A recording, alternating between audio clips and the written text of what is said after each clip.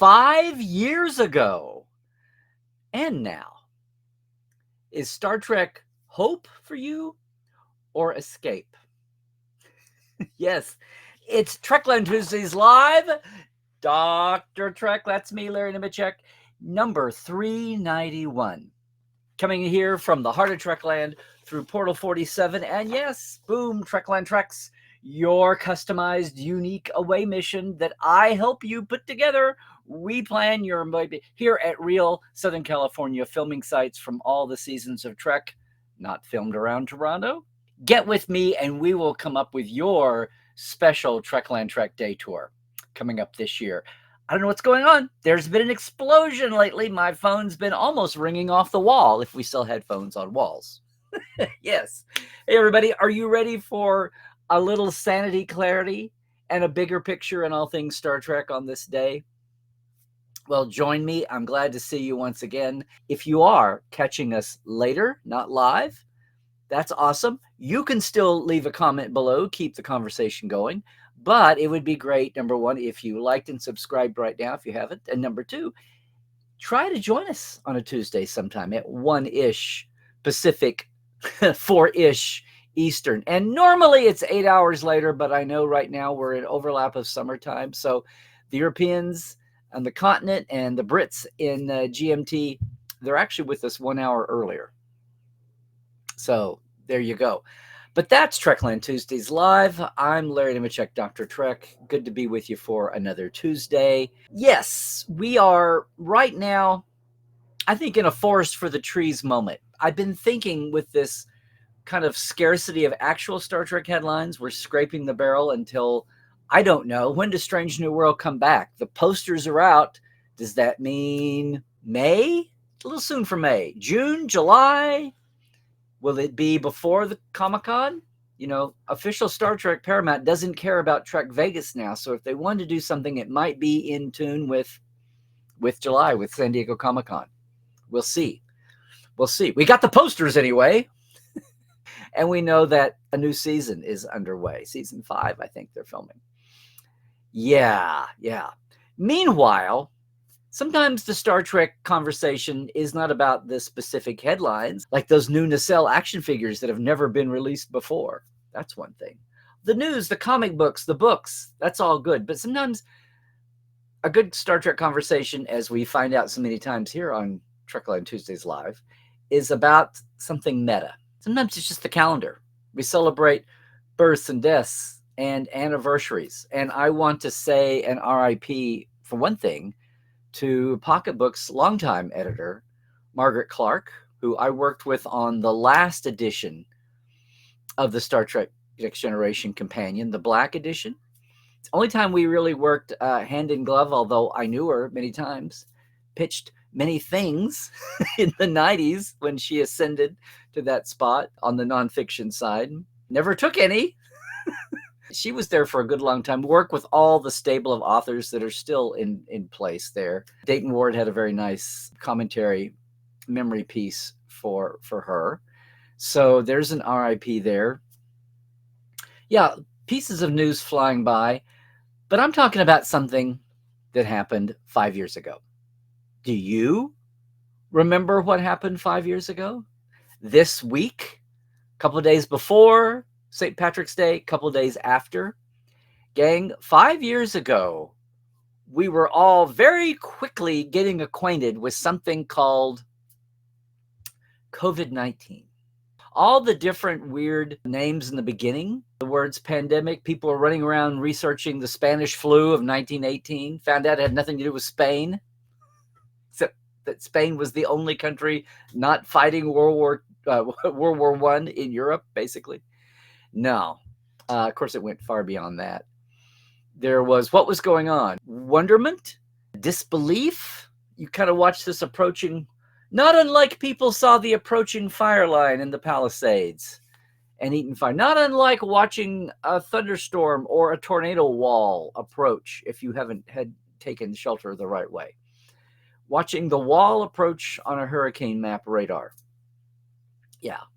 But wondering, watching it approach and wondering, disbelief, curiosity, just kind of a numbness, kind of disbelief as in, nah, I can't be that bad. And yeah, fear. 5 years ago this week, I was doing Trekland Tuesdays Live. We were talking about this in 2020, a year that will live in infamy. Thank you, with apologies to FDR. But here's the thing, I had an inkling at the time. Now, I didn't know if we'd all be dead in 3 months. Is it your worst dystopian sci-fi novel come true? Is it going to be Omega Man? The few people with the resistant gene or something be the... Were we really headed for that? Were we really about to lose? Or a lot of us survive, but just enough of the trappings of civilization collapse, and we'd all be living some, dystopian, I don't know, Damnation Alley kind of insanity, Mad Max world? No one wanted to think that, and be honest, no one wanted to dwell there, go there, but we were all very much on edge. Some people were able to just wall it off and ignore it, just live in their ignorance. And sometimes ignorance can be a self-defense mechanism. I didn't know. I knew we had brains, we had scientific research on our side. We were identifying things. I didn't know then that there'd be such a disconnect between scientific smarts, even when science was finding an answer and didn't have all the answers at first, and maybe even had a miscue, but eventually got there. The science brain and the public policy brain, the politics brain.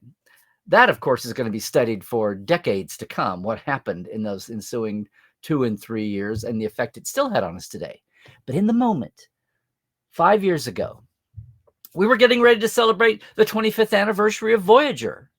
We were just going to plot along another little year here in our Trek world, all the anniversaries, all the cons. Hey, the cruise was only in it's like second or third or fourth year. Lots of things were happening, shifting around. The situation with what was on the screen was coming. Now we were just getting the first season of Picard.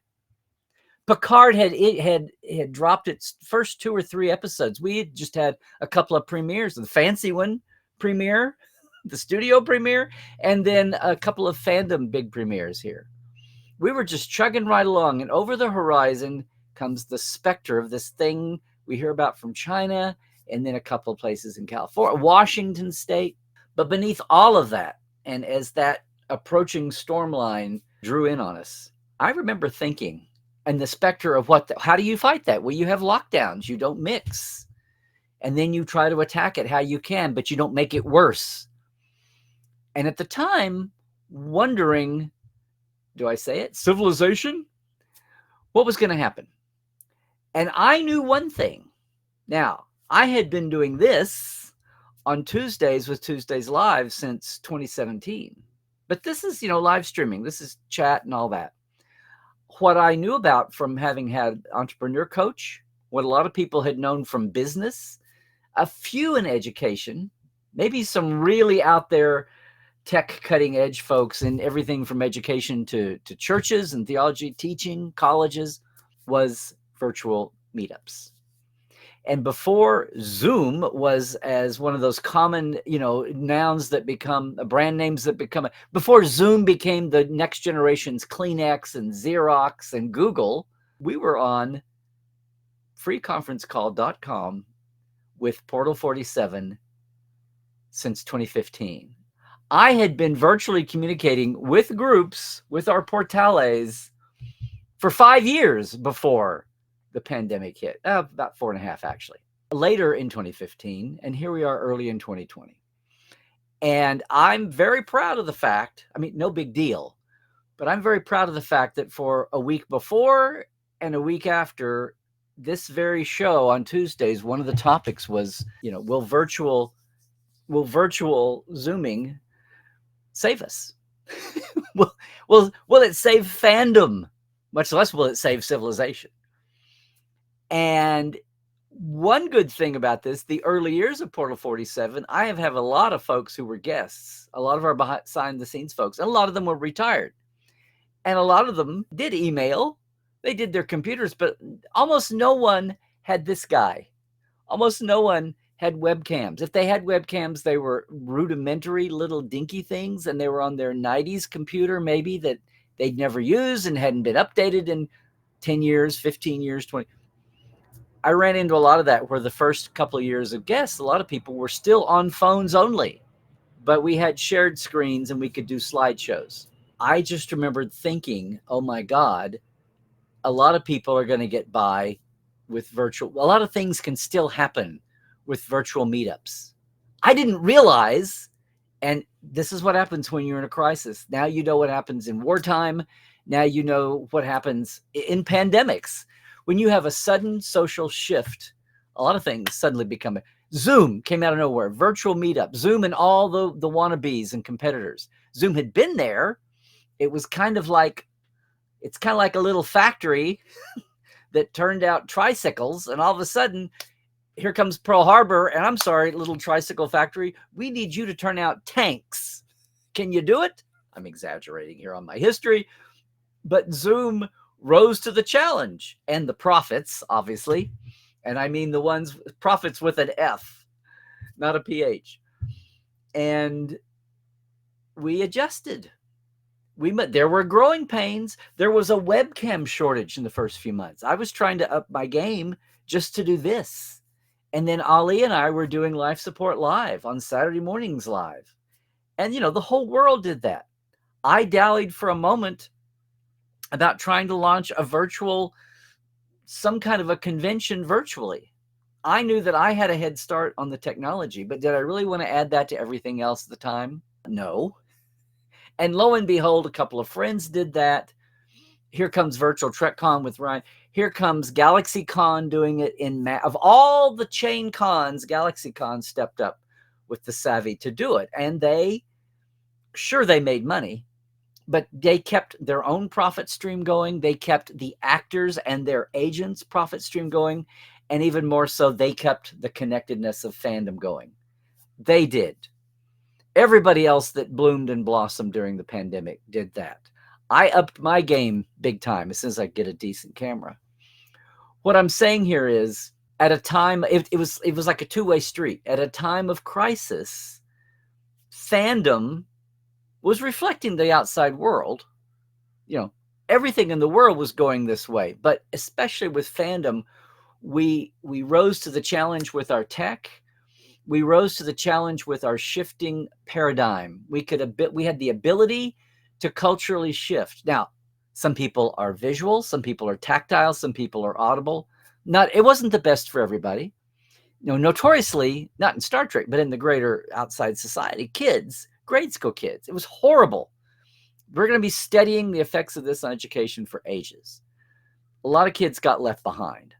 It was a lifeline for, let's say, churches that were already hurting, although the pandemic kind of shifted that need for. A lot of people found the connectedness through organized religion, the mainstream and some of the not so mainstream.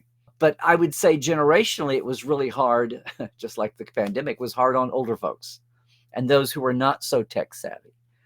So, different aspects of culture, different people got left behind. But as a whole, it was a godsend. Virtual meetup was a godsend.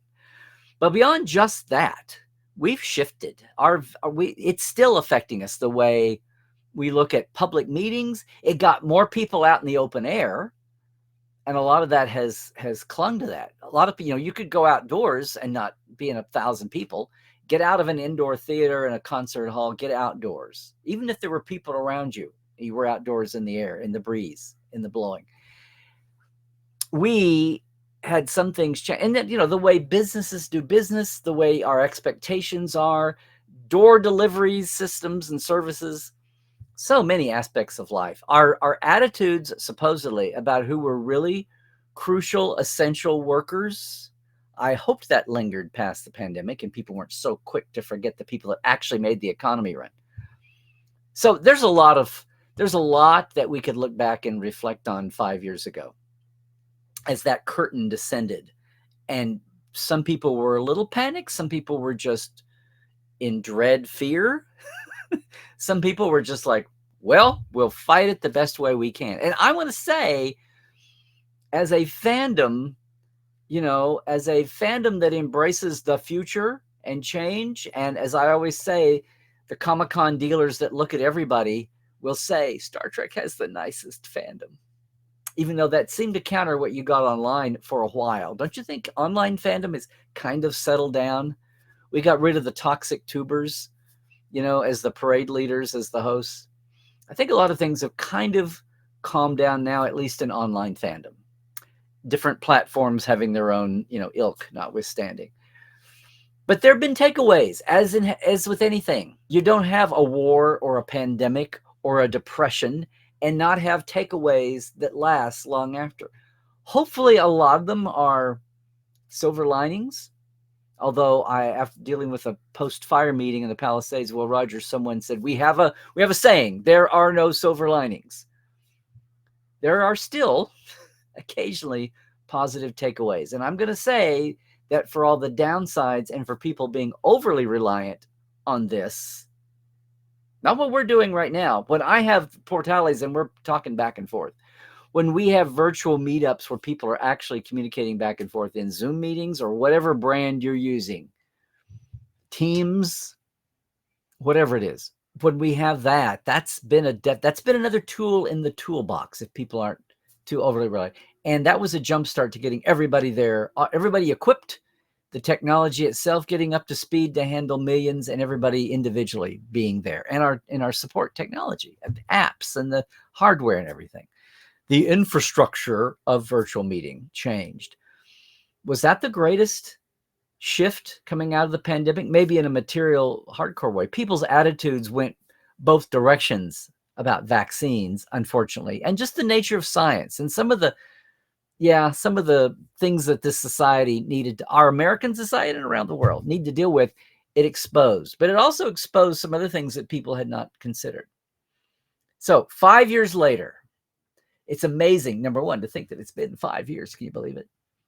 And that I was talking about how virtual meetups might get us through fandom, might help fandom survive while we're locked down and people are going bonkers and crazy. It might save mental health and sanity levels for an awful lot of people. I mean, yeah, there was still phoning and people could FaceTime, but having more than one or two on the call, I think was a major accomplishment and helped us get through as well as we did. Although there was so much turmoil the longer it went on. But that made me think, I just came back from the cruise. I hope you're not sick of me talking about it.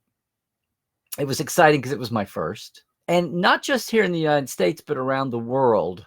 I don't know if it's as easy to put in a box and label as a pandemic, but a lot of people are worried right now. They're worried about, and it's not, they're worried about the economy. There's a sudden chaos factor in our economy, in the American states economy, and that ripples effects around the world too.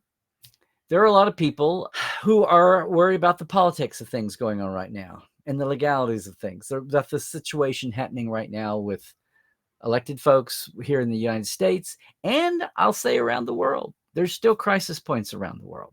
And, some of that feels political. You might put it in that box, but for some folks, it's existential. I mean, some folks, especially in our marginalized communities, they're feeling the threat. And we don't normally dive into politics here. I think you all know what I'm talking about. I'm not trying to vague explain here, but I'm looking at the truth of no matter what your politics are, it's safe to say that there are a lot of people who are stressed right now, stressed and all that. And a lot of them are Star Trek fans of all different persuasions and spectrums. And it struck me in this time of no headlines right now, and having been both through the cruise and also having an eye on the summer cons. Comic-Con's coming up. Trek Vegas is coming up. The cruise is selling for next year. Those are the big events, right? Not as familiar with Dragon Con, not as familiar with New York Comic Con, but they're there. They're obviously titans of fan gatherings, and lots of regional conventions. Some I've been to, some familiar with, some I'm not. But you can look at numbers, you can look at photos, you can see how much fun fans have there. And that all went away in the pandemic, obviously, 5 years ago. But this is not a pandemic. Now there's a lot of stress in the world and anxiety, but at least we don't have a virus keeping us at home. And my last point here is I've been curious to watch the cruise was 100% sold out months ago. The cruise for 2026, and I say the Star Trek cruise from ECP, it was 80% sold out with a couple of days to go. I don't know what the latest figure is.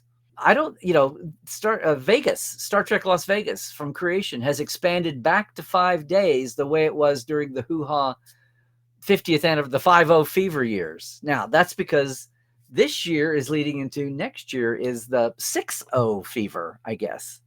Doesn't have the alliteration. The 60 silliness? I don't know.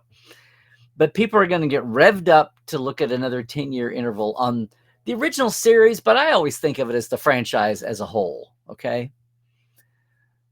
I don't see any slowdown. If there's anxiety in the world about, or even, hey, who knows? I'm throwing pandemic and science aside here for a moment, but this bird flu, not to be a sky is falling alarmist, but if we have some attitudes now in place and policies and laws about dealing with another pandemic, would it get handled the same way? That's there. I'm not trying to be a sky is falling. I'm not trying to be paranoid here about the future. But what I'm noticing is both times, 5 years ago, nobody in my memory hole, I hear stories. Some of you may still have parents or grandparents. Mine have both passed, who are around for Pearl Harbor. We remember 9/11 and the hit to our just daily habits and lives and attitudes and mental outlook that 9/11 was. JFK's assassination was another moment. To a lesser extent, maybe even Sputnik orbiting and made you paranoid that the Russians were going to send bombs from space. I mean, there are little inflection points through history where the rock got thrown in the water and the ripples were pretty severe and intense. Those ringlets of ripples were pretty close together. And yeah, Pearl Harbor, and yeah, the stock market crash in 29. And we're generations out of having direct memory of those, but we do have our later ones. We do have the positives. I remember Apollo 11 landing on the moon. That was awesome. We do have the positive moments in our memory well. But through all of that, the last 60 years anyway, we've had Star Trek. And I remember what happened 5 years ago as the pandemic dawned, and a thought that I've had the last week or so, and then I realized the anniversary, the St. Patrick's Day lockdowns of 2020.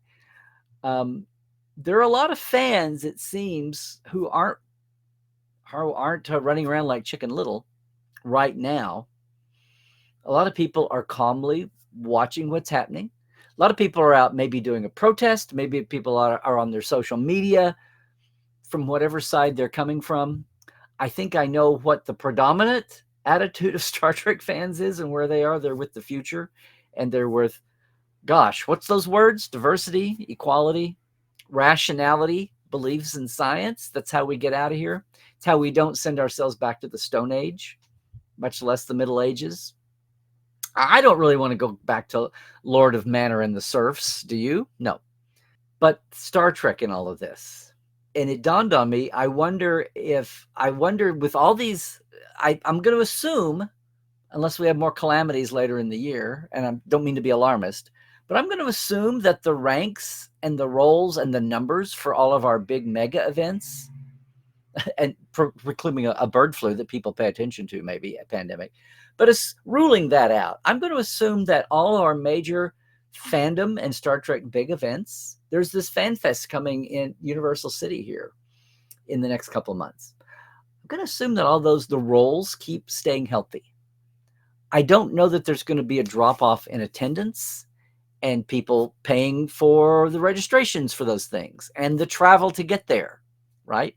To get to Vegas, get to San Diego, get to Hollywood, get to Florida for the cruise, or New York, or Atlanta for Derek. I mean, all the big events. I have this feeling in my bones that those numbers aren't going to drop off, that they'll stay steady, short of some catastrophe. that we cannot predict at this moment. And there's Star Trek has been so much to so many people. This is a dead horse. Excuse me, PETA. This has been a topic often discussed, right? Right? It's not nothing new, but it's the flavor, it's the timbre. I wonder if so many fans are embracing their Star Trek, maybe even more.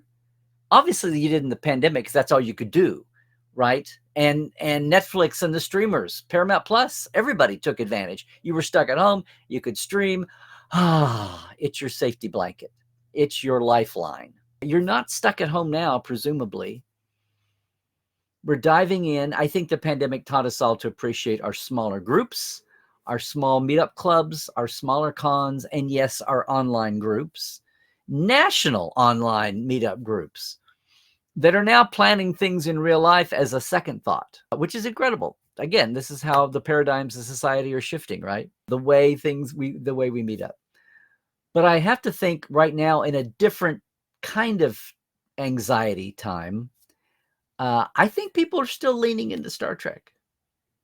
Now, are they leaning into it? Here we are at the title finally. Are they leaning into it to draw hope and energy?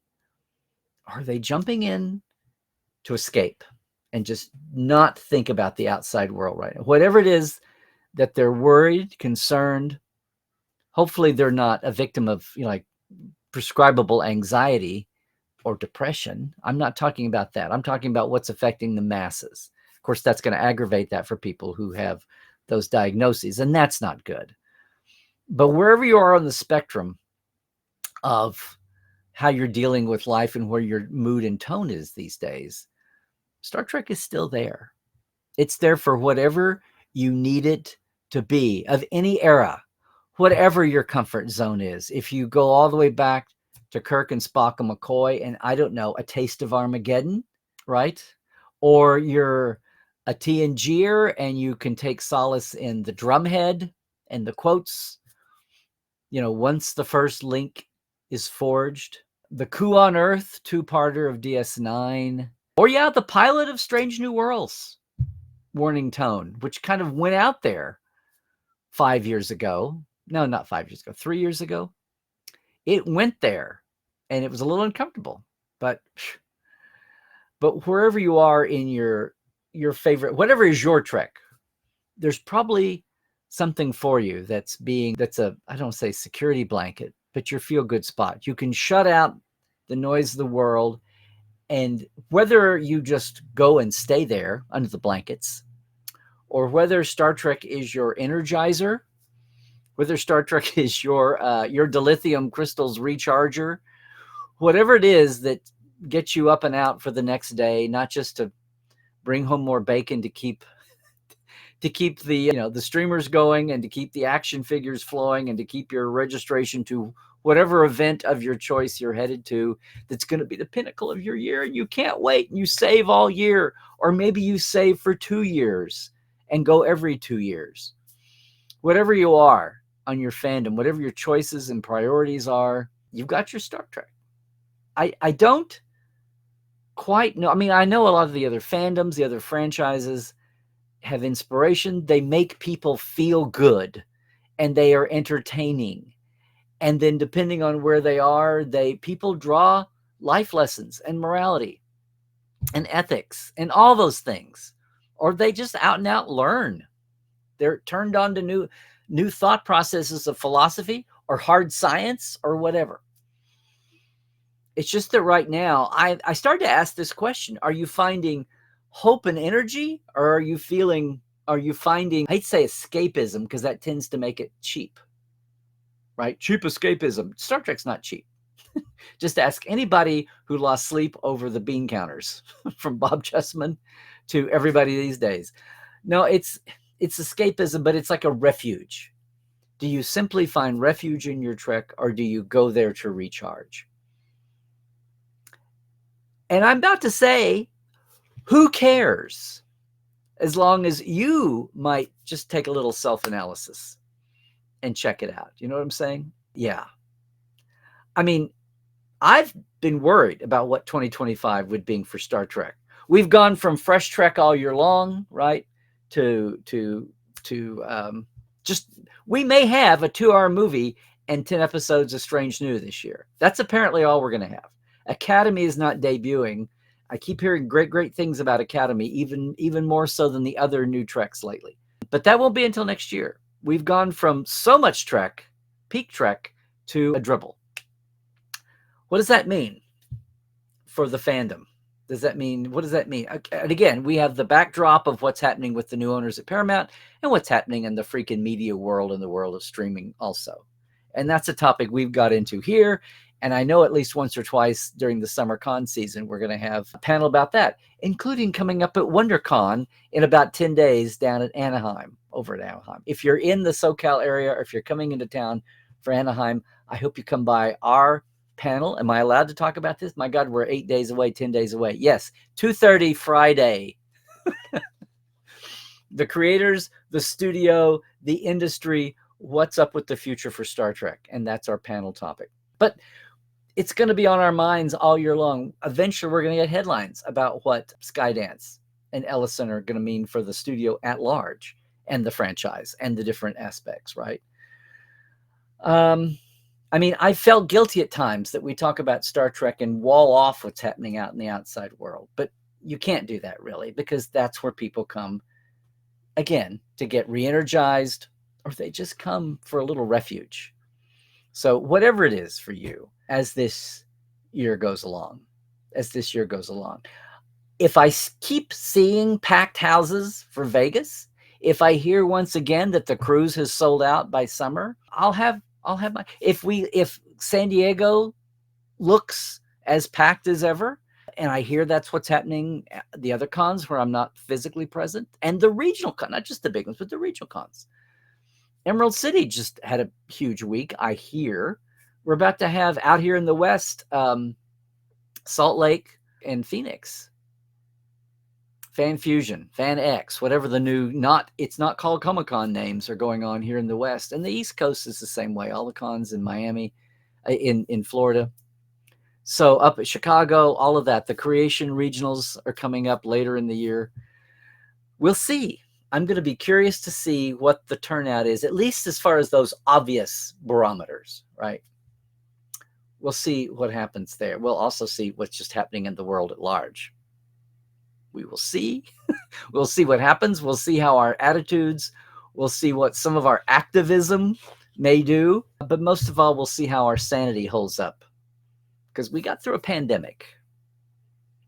We will see what this future year brings. And about not feeling guilty that Star Trek is escapism, but that it's a great barometer and a beacon for us as we get through this year. Okay, not a typical Trekland Tuesdays Live theme this week, but just looking around, as usual, I saw a few dots I wanted to connect. So I can't wait to see what everybody says in the chat, what I have stirred up, or maybe not stirred up. I just don't think those higher numbers are some kind of Great Gatsby mad escapism, right? I think it's on the refugio side of things. I do. I know one thing that's part of my equation right now. I mentioned it before. I've had so many people getting in touch with me just since the cruise ended, and folks who did not see me on the cruise. There's something in the air. This is what got me thinking. I've had at least 7 folks in the last 10 days talk about taking a tour. Maybe it's time you could too. TreklandTreks.com. It's a day tour. It's a customized away mission for you to real Star Trek film sites. Some of them are common that you know, the Vasquez Rocks of the world. There's a lot you don't know about the Vasquez Rocks in Star Trek, though. It's way more than just the Gorn, as we talked about the panel on the cruise that I just did. Get in touch with me. It's TreklandTreks.com. We have the whole year ahead of us. The rains are over here in sunny SoCal. It's a sunny day today. We've had plenty of rain, no drought happening. We'll see how the year holds. Excuse me, how the year holds up. Yes. But of course, I would be remiss if I didn't thank all of my TTLers, and that includes, this is still from March, right? So thank you, Chuck A., James Kerwin, Diana Hopkins, Halberd Gunn Johnson, Lawrence Todd, Justin Weir, Mitch Keith, Andrew Jasimski, Josh Patton, Pranakasha Productions, Chris Jiggins, Keith Rombach, Comedy Forecast, and Pranakasha. Yes, I know what I still owe you. I'll get that to you. And hey, our new live wire. Can you see this? So Chris Garris. Hey, Jesse at Crusher Convo, Greg Wickstrom, Robert McLean, Byron Bailey, J.R. Poole, Gary Williams, James Durovich, Dave Gregory, Dan Leckie, and Casey Shafsky. I want to thank everybody so much for doing that. And if you're curious, this is my simple Patreon. It helps me keep things going here. If you really want to support me and also dive deep into Star Trek, well, I have another solution for you. It's called portal47.net. But for right now, $5, $10 gets you the shout out. $10 gets you access to the first years of Portal 47 backstage guest interviews. I know. Look that up when you can, if you can. Otherwise, guys, it's another Tuesday, and that means it's another Trek Files is up. You can find the new one at thetrekfiles.com, which is our new Memory Alpha home, one of our homes. The document and the audio is there. We're back with David Benjamin Tomlinson, talking about some of his one of his favorite moments, overviews from Star Trek. You want to see, Linus on Discovery, and so many more. He was just the Andorian caught with his pants down in the Section 31 movie. Anyway, that's the Trek Files. You can catch it wherever fine podcasts are. If you want the document of the week, and we are the only podcast with paperwork, you want to go to our new home, thetrekfiles.com. It's our Memory Alpha page. You can scroll the whole catalog easily and get the links to all the guests and all the documents. They're all right there, as well as keep up with the latest episode. Okay, we are boldly going through season 13. Can you believe it? Yeah. Elsewhere around the socials, again, it's Larry Nemecek on Twitter and on Blue Sky. Yeah, Larry Nemecek's Trekland is the Instagram and the Facebook and the YouTube. Hope you've liked and subscribed by now. And again, portal47.net, your mini-con all year long for all the backstage Trek you're craving for or don't even know you need. For everybody leaving us right now on YouTube, not watching live, can I just say, stay healthy, do all the things, stay woke, check the sources. So much AI crap out there. And Trek well, everybody.